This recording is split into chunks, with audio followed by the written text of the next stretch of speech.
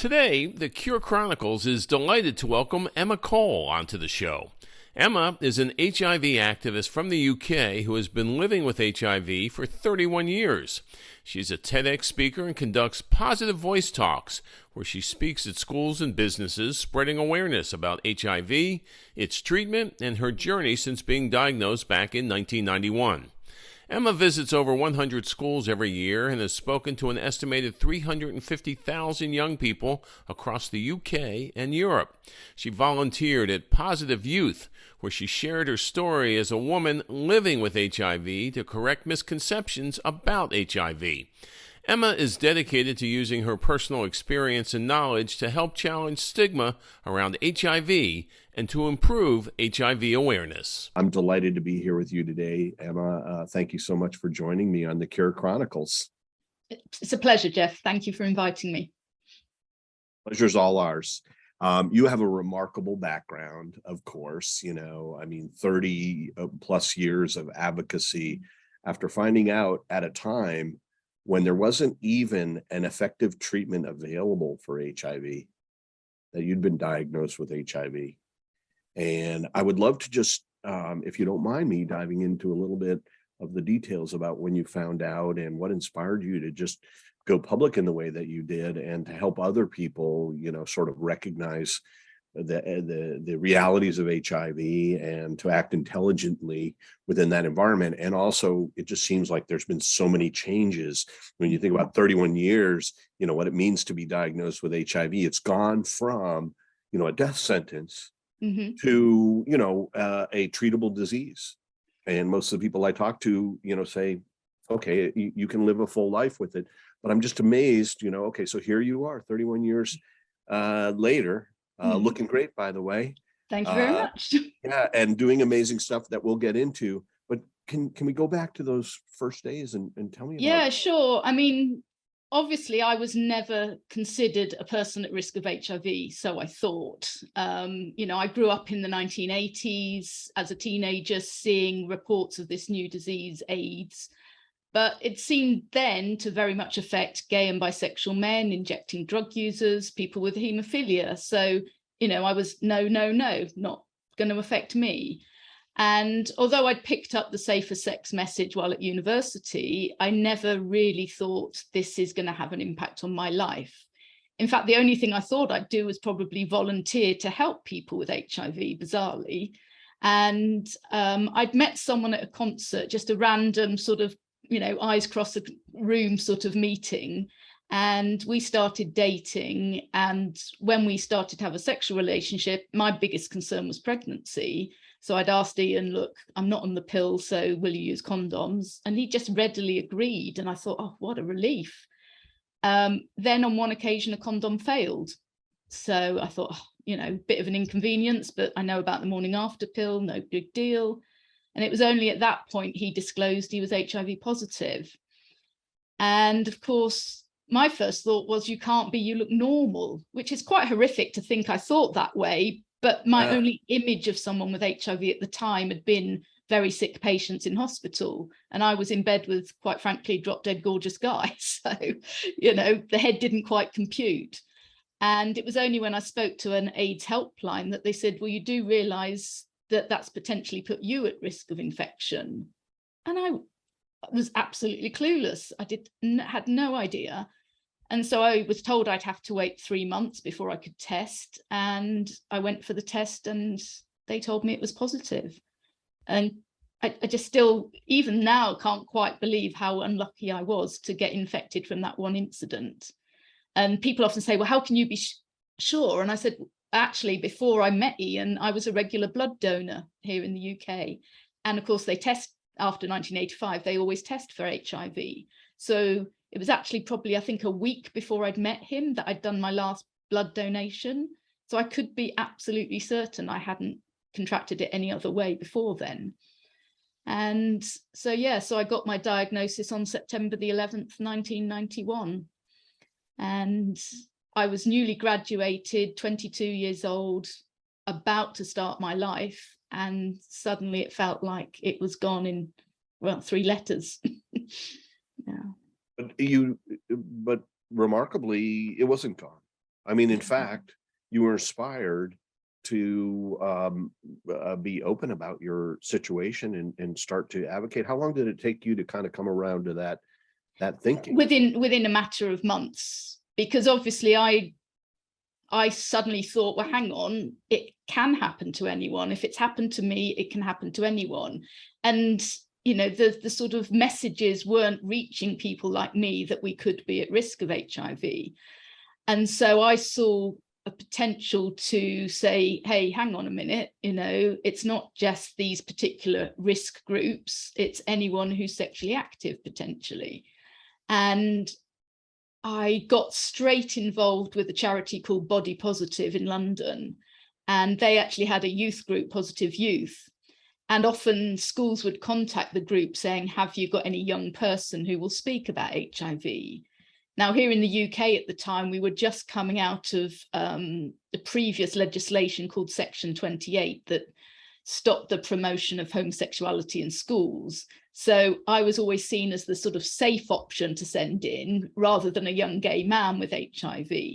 So that's how my sort of education work started, by default, really, because I was seen as safe option, not what anyone would expect, etc. And being only 22 at the time, I was literally a few years older than the people I was speaking to. So that's sort of how I sort of threw myself in, and not just the education work. I was volunteering on the helpline that they had.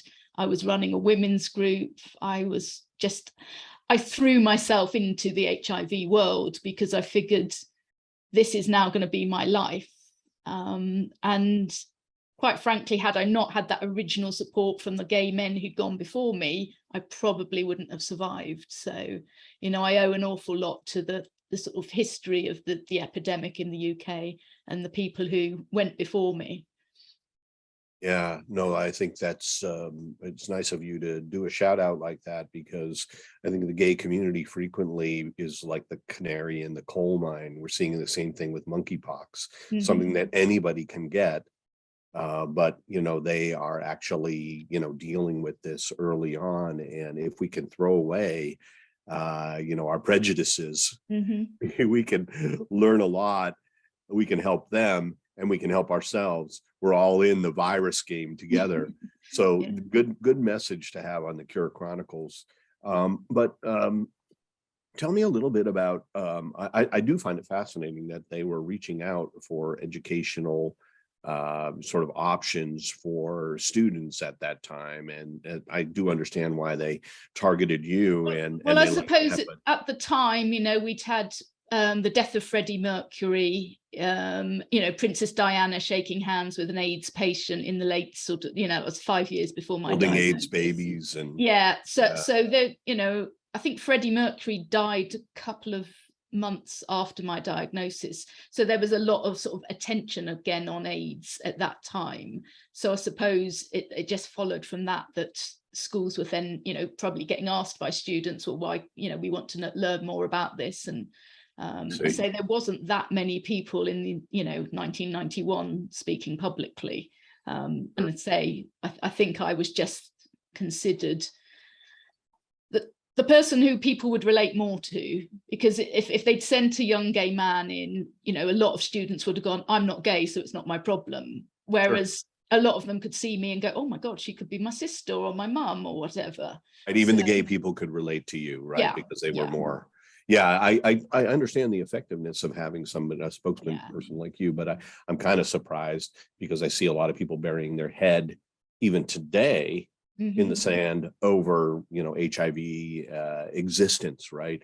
If you're not dealing with it, you don't want to hear about it. That even in the UK, I mean, obviously I have got quite a wide reach now, but, there are still pockets of the country that I've never visited. So I'm hoping that means there's someone else doing the work in those areas of the UK, but, there will still be communities who have absolutely no idea.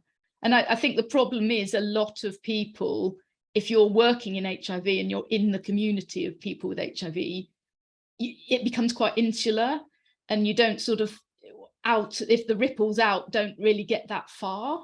Whereas doing the schoolwork, each person that hears me they might go home and talk to their parents about it, and many do, because I've had emails from parents thanking me and stuff. You know, and I think that's the way to reach the general public, rather than a campaign that might be shared amongst people with HIV but not any further. Yeah, I remember some of the initial ads about HIV, you know, in New York and stuff, and they were so frightening that people just turn away. And it is, well, yes, really we had the important that people be able to- tombstones and the icebergs, and you know, it was terrifying.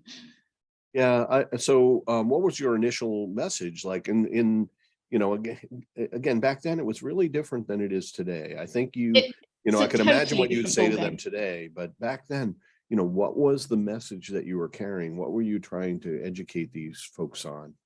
Well, in the early, well, so let's do it in decades. That's how I sort of see my life. In the sort of first decade, I was, you know, telling them my story, but also saying, look, you know, I'm preparing to die. You know, I've bought my coffin, I've planned my funeral. That's what I'm looking at. Yeah. You know, I was going to funeral after funeral after funeral. So there wasn't much hope in those early years. And also I didn't have any long-term survivor role models.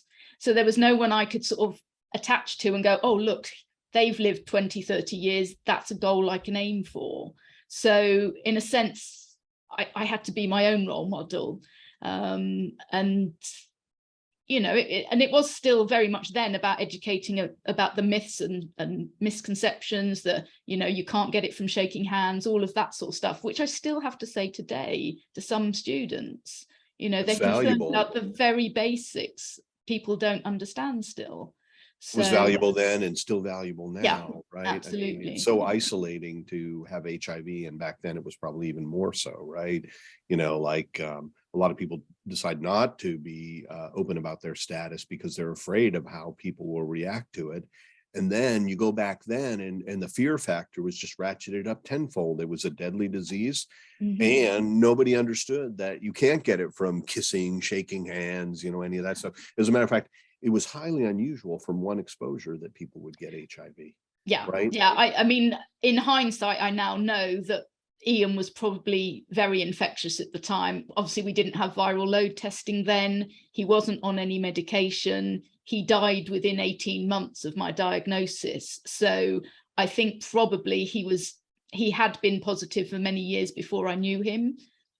So I think he was probably what we'd now say was an AIDS-related diagnosis. But, you know, obviously I was clueless at the time. I knew nothing about the HIV world. So I got thrown in at the deep end and a very sharp learning curve. Yeah, when you you know, you managed to tread water very effectively and start being a positive voice, right? So that you talked about your first decade. So the second decade, you start seeing, you know, effective treatments where it becomes more of a life sentence than I wouldn't say effective for me, sadly. You know, my first experience of treatments were horrific. I suffered my very first cocktail, I suffered an allergic reaction to one of the meds, so was hospitalized within 48 hours. And I went through various cocktails in the first sort of 2 or 3 years, and eventually actually went, do you know what, the side effects are too much. For me, it was always about quality of life, not quantity. So back then I was like, I'm stopping. So I did a roller coaster of on-off treatment for a decade. And it wasn't really until probably 10 years ago now that I really committed to doing the treatment again. And that really came about with the U equals U message, because I figured that I've now got a reason to do it properly. That's right. I mean, it is kind of amazing to think that when you're well controlled, you can't infect anybody else. You know, it's still, I think, one of the biggest game changers in my life as a positive woman. I was in a school this morning and I was saying it's really hard to articulate just how terrifying those first 20 years were as a sexual person with HIV, knowing that I got infected from one accident. And although I knew it was harder for a woman to transmit to a man, the fear was always there. And, you know, you can have wonderful partners, but if you yourself have that element of fear of transmission, you're never going to be fully relaxed in a relationship. And now that fear is completely gone. And it's quite remarkable that I've lived to see that. Yeah, I think most people watching this program understand what we're talking about here. But, you know, once you're well controlled on antiretrovirals, your viral load is so low that you literally cannot transmit it. Zero risk of So transmission. lovers can, you know, be, you know, they can completely forget about their status. Yeah. And you know, have normal relationships and, you know, make those sort of decisions for themselves, you know, without thinking about the fear of transmitting it, which I think is, you know, in the heads of people that are, you know, caring, empathetic human beings, the fear of transmitting it was a big deal. Oh, right? As I say, it was had a massive impact on, well, not just sort of sexual life, but, you know, just your sense of self and your, you know, self-confidence and all of those things of like, what if something goes wrong? What if? And just, as I say, it felt, when the U=U was sort of endorsed globally, it just felt like a massive weight gone off my shoulders. And, you know, I'm so blessed that I lived to see that. And I have access to treatment. Of course, you know, I am in a place of privilege here in the UK. I get those meds provided to me on the NHS. But, you know, of course, with the global health inequality, we know that's not the case for everyone. And that's still a frustration of mine, that, you know, there are similar people to me in another part of the world without access to these treatments. And yeah, I just sometimes love wish the way I you had think about more it. money than sense to give away. Yeah, no, I love the way you think about it. I think, you know, this is a deeply human quality. It's one of our most precious qualities, is that we can empathize with other people. Yeah. You know, even from other countries, with other backgrounds, whatever. And you can think about, you know, regardless of all the stresses you have in your own life, you could still think about somebody in the Philippines who can't afford the drugs. Yeah. Right. I mean, because in my position, I get emails all the time, and I realize about just what you're talking about, the, Yeah. you know, the health inequality, and there's nothing that one person can do. But I think long term, you know, if all of society cares about this, it would be wonderful to be able to spread, you know, some of the relief that in first world countries, you know, we're able to enjoy in HIV to everyone that is carrying that. And it would be good for the world too. Yeah, it so would. Yeah, I mean, it's not just, it's selfish, and, you know, long-term selfish to want to get rid of HIV, right? Because, you know, it is indiscriminate. We know this in terms of who it infects, and it spreads all over the world. And, you know, so we need to actually get rid of epidemics overseas if we can, you know, to help control the epidemic that we experience at home. So yeah, that's I'm really glad to hear you talk about it that way. So tell us about your third decade. That was sort of really, life took off, I guess. Yeah, I see. I mean, I say I was originally given 10 years. So when I reached the 10th anniversary, which sadly did coincide with 9/11 in your country, so it just made me realize that just as my diagnosis changed my life in an instance, you know, anything can do that to anyone. And so I sort of committed from the 10th anniversary onwards to just see every day as a bonus. And you know, I do still live each day as if it's my last. Not quite, but that sounds a bit too hippie, doesn't it? But yeah, you know, I think we get the point, though. Yeah, right? It's like, it's about gratitude for what we do have, as opposed and to, also because so many of my friends from that first decade aren't here today to benefit from treatments. And, you know, even when I've had sort of moments where I've just thought, oh, it's all too much, I can't carry on, you know, I've realized that it would be so disrespectful to those that I lost to give up now. So that's whenever I have one of my moments, I kind of go, no, you know, you're here for a reason, you've got to carry on. And yeah, and this last decade, I would say, has been one of the most positive in terms of, you know, finding my feet with my own business and working, and just seeing life very differently now. Yeah, no, I'm really, it's very pleasing when I talk to advocates who have lived through this arc or a similar arc to yours, that, you know, they feel like they now have a relatively normal life, you know, a full life, and that HIV is just a small part of that, like any other, you know, thing that we have to deal with. And again, that message of gratitude that we have these medicines available, you know, in our countries is a good one. Now, I still am blown away as I look at your website. Which is called Positive Voice emmacole.co.uk. Did I get that correct? That's correct, yes. I was looking through your site, and I think, it's a great site with good information, and I like the links that you provide for people as well. And I think it's not a bad starting point for anybody who might have been recently diagnosed, but what really stood out to me was just the number of, what I know you call it something different in the UK, but we would call it high schools. That have signed up to have you come and speak to the students, and then also all of the positive reviews that people were so grateful to get that information. I experience a lot of resistance in the United States, or witness a lot of it, where people just want to bury their head in the sand. I mean, look at how the United States reacted to COVID, right? Full 40% of people just want to deny that the science behind it, and of course, maybe back in the 80s, that's the way HIV was too, right? And that's some of the misinformation that spread to you, that, oh, this is just a gay disease, right? And you don't have to worry about it, that to me is tremendous. Tell me about your messaging today. When you go out, they're talking about something that they found not just inspiring, but almost humorous, like that they laughed and cried with you. That is performance art. I that's amazing. What do you say to these kids? Well, I take them on my journey, and HIV is a roller coaster. You have your highs, you have your lows. So what I like, and what most schools now do, is they don't tell the students in advance that I am positive myself. So the disclosure after about 15-20 minutes is a sort of real, oh my God, you could hear a pin drop moment. Wow. Because I start by talking about Ian, my partner who died. So they assume it's going to be his story. And then I disclose. And, and then I sort of just share with them all the basics, what is HIV?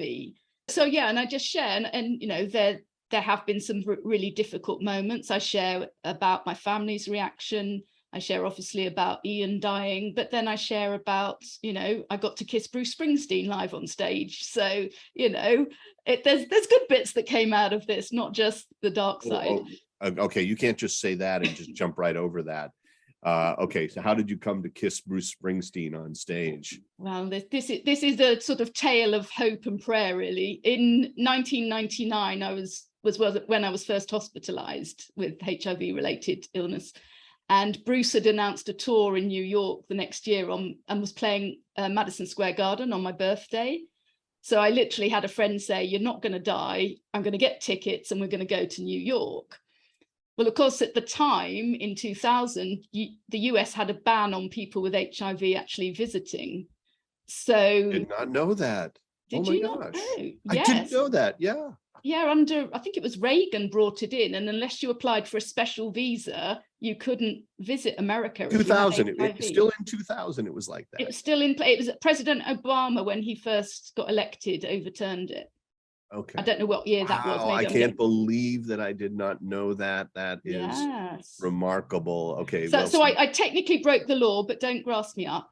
And I got to America and saw Bruce on my birthday, and I was in New York for 4 nights. And on the final night, I queued from 4 o'clock in the morning to get a ticket, got a ticket, and I was in the front row behind the stage, the end seat. And it was the row where the night before the girl had got the kiss. So I knew that I was in the right space at the right time, and I would get my kiss from Bruce live on stage. Oh, wow. And I am a massive fan. I've seen him 69 times in concert. So you can imagine I flew back to the UK on my own wings. Yeah. Oh, yeah, for sure. Well, Bruce Springsteen, I mean, when I was in college in the 80s, he was the biggest thing ever. Yeah. That's one of the few concerts I can remember like it happened yesterday. Yeah. Cool story. I'm sure there's a lot of jealous women. Yeah, well, I mention it always in my talks, because then even like someone said, well, could Bruce have got HIV from kissing? It's like, no, so I use it as an educational moment. Yeah. And as I say, there's always humor in the talk, because I think I could give a very dark, depressing version of my life with HIV, but then the kids would go away and think that's what HIV was like today. Whereas, you know, I like to give some hope. I like to give people an idea of just how much I've lived to see in terms of change. And obviously the overwhelming reason I do my talks is to challenge the stigma, because that is still the biggest hurdle we have to overcome. You know, they will say medically HIV is a manageable illness, treatable, you know, you can live a normal life expectancy. But if you've got that stigma, the shame, the discrimination that's still existing, that's what stops people seeking treatment, stops people engaging in care, and stops sort of self-care as well. So, you know, I just feel that if I can keep banging my little drum, there will be a change of attitudes over time. You know, and I'm very fortunate because I've been doing this work in schools for 30 years. I now meet teachers who heard me when they were pupils and they still remember the talk. So, you know, if you imagine they've sort of, you know, 10, 15 years from their time at school and they're still remembering me, that's, you know, I think I've done a good job. And I remember once I was leaving, I'm a big soccer fan, football here in the UK, and I was leaving the match one day and someone tapped me on the shoulder and said, I think you spoke at my school. And I said, oh, where do you go? Where did you go to school? Or no, where do you teach? Because he was an adult. And he said, no, it was when I was a pupil.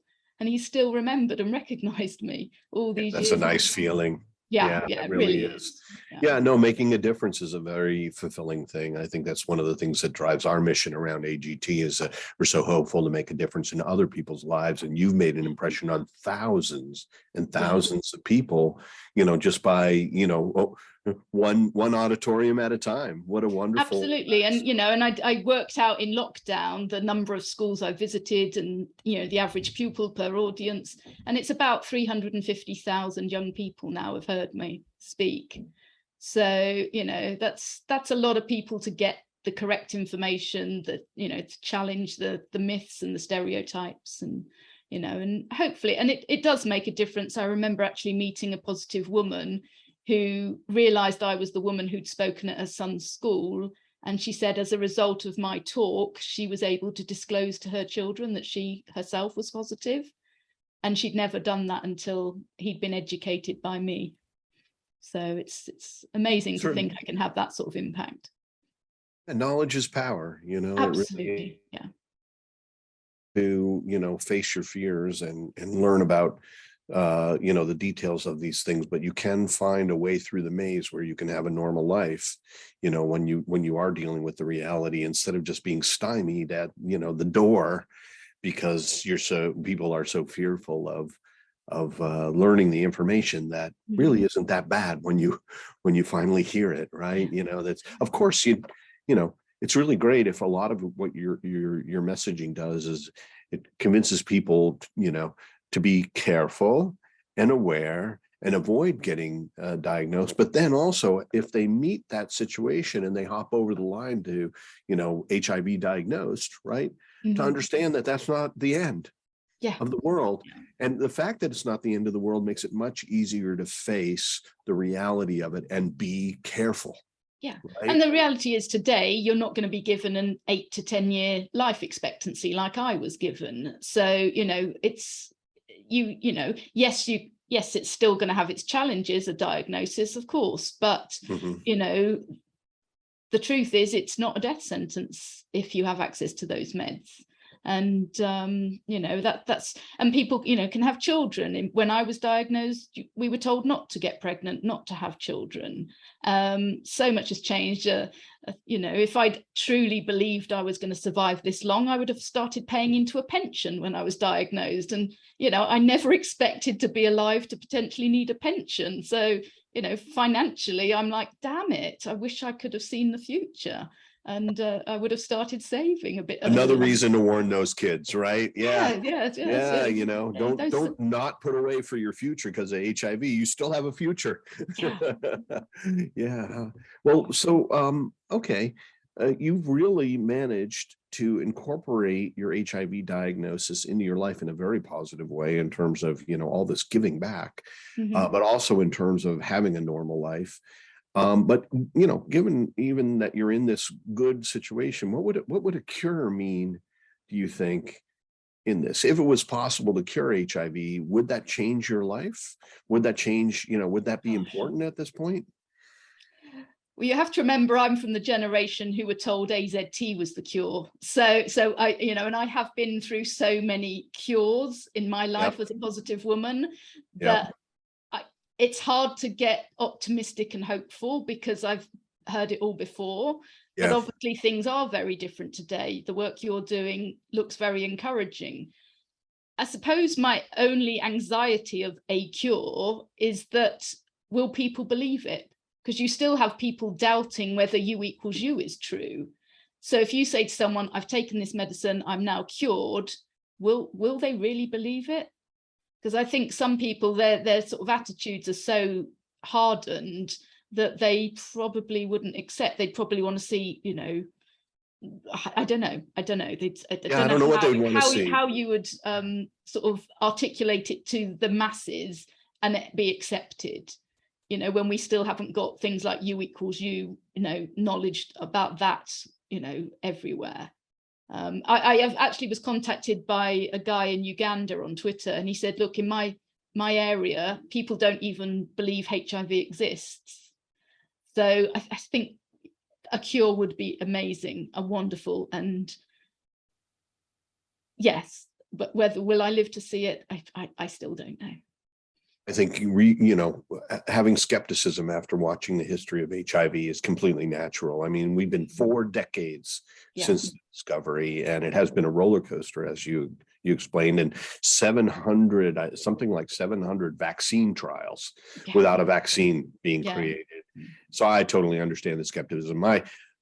My hope, or sort of like belief in that HIV will be cured comes from the fact that technology has advanced so much in drug development. I think gene and cell therapy now gives us access at a level in the body that we never had before, to reprogram DNA. And so I think that's what sort of opened up a possibility. And if this isn't the technological revolution that brings the cure, another technological revolution will come along that will. So I have, 100% confidence in an HIV cure. I just don't know when, and I don't know when it will be. I hope it's in my lifetime. But we're going to keep trying. I mean, we are, that's all we can do, isn't it? Yeah. We've got a successful phase 1 now, so we've shown the safety of this cell therapy, and we've shown blood markers of efficacy, and we're gathering some additional efficacy data right now. And I would say I haven't seen anything that counts us out yet. So Excellent. that's a good thing. That's a very good thing. So we're going to keep on this mission, and it's good to see you light up a little bit that, cure would be nice. Despite that, of course, because then, the sort of, the people in my life who currently aren't in it because of the fear of HIV might come back.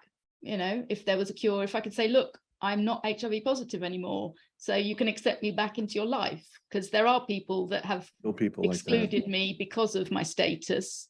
And there obviously I'm not just the only person that's happened to. Many families have excluded positive people from them, and that would be a wonderful thing to sort of be able to engage again with the people I'm not in touch with.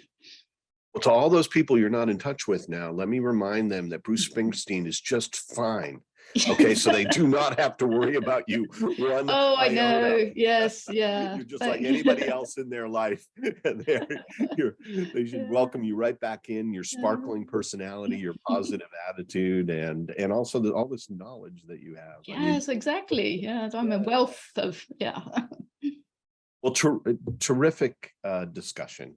Is there anything else that you'd like to talk about in closing? Are there any messages that you have for our limited audience? Now, when I hear that you've talked to 350,000 students, I feel somewhat humbled by our Chronicles audience. But at the same time, we're another platform. Anything? Absolutely. Well, my closing, if you like, bit in my talks is always to say, look, should anyone ever disclose to you that they're positive, or they live in a family with a positive parent, sibling, aunt, uncle, cousin, whatever, that people react with kindness, love, understanding, and no fear, because, as I say, we are in a very different place in 2022 to the 1980s, the early 1990s when I was diagnosed. So it's so important that people are educated about what HIV is today and not hold on to those fears from the past. Hopefully together we'll be able to break a lot of that misinformation. I thank you again for joining us on the Cure Chronicles, and I hope we'll see you again soon. Thank you very much, Jeff. Really appreciate it. Thank you.